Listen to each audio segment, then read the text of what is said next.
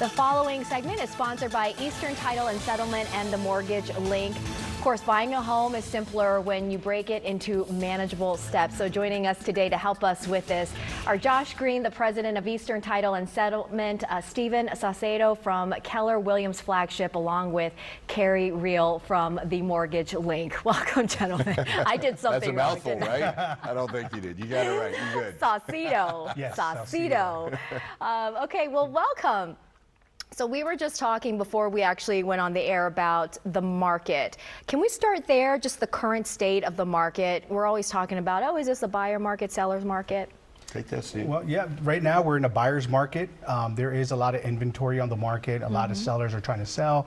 Really, it's, you know, either to go and downsize, upsize, move states, doesn't matter. But there are a lot of sellers right now on the market, and there are not as many buyers. So because of that, it is a buyer's market, which is what we talked about before. It's a really good time for buyers to buy right now. You can really I think get it some gets deals. people excited, right?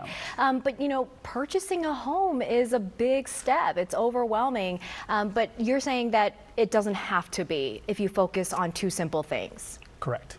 That's Correct. kind of, yeah, that's what we're talking about. A lot of people, they'll start to think about purchasing a home and they'll become overwhelmed. Right. They don't know what to do. And you just need to get your foot in the game. You need to take that first step. And we're advising people to just focus on two things. Have a conversation with yourselves, look at your budget. Everybody has a certain amount of money, 30,000, 100,000, million, however much. You need to decide how much of those funds you'd like to invest in your purchase. And then look at also how much you would like to spend on a monthly basis. So knowing how much cash you want to invest and where you would like to have your payments, you can come back to us and we can reverse engineer and we can share with you what purchase price you need to focus on in order to stay within those personal parameters. Right. And from there, take you back to the realtor, you look at properties and we start trying to help you negotiate contracts and get into your first home or your second home or working with investment properties, et cetera. What's the best advice for people? Because, you know, we hear the term house poor.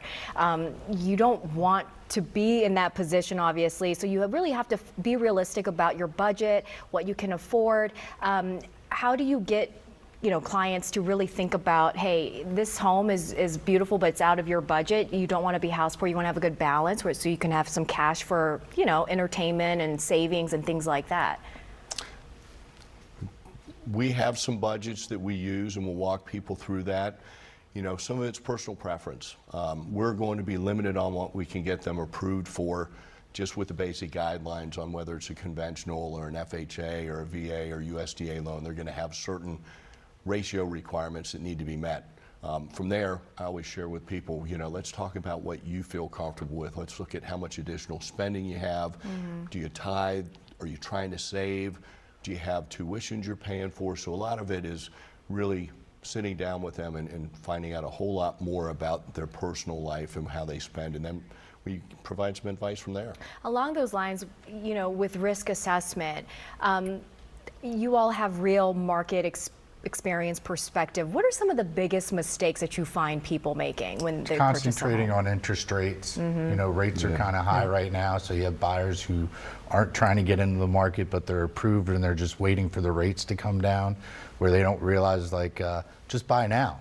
If the rates do go down, you can always refinance, you know, and get a lower rate. But when the rates do go down, people are going to start buying more, and you're going to the prices are going to be not as flexible as they are right now. Yeah. You know, you won't be able to ask for seller concession or seller help, and you're going to have more people competing. So right now is a great time to buy if you're a buyer, because you can make the deal really good right now. I was going to ask, I mean, is there ever a good time?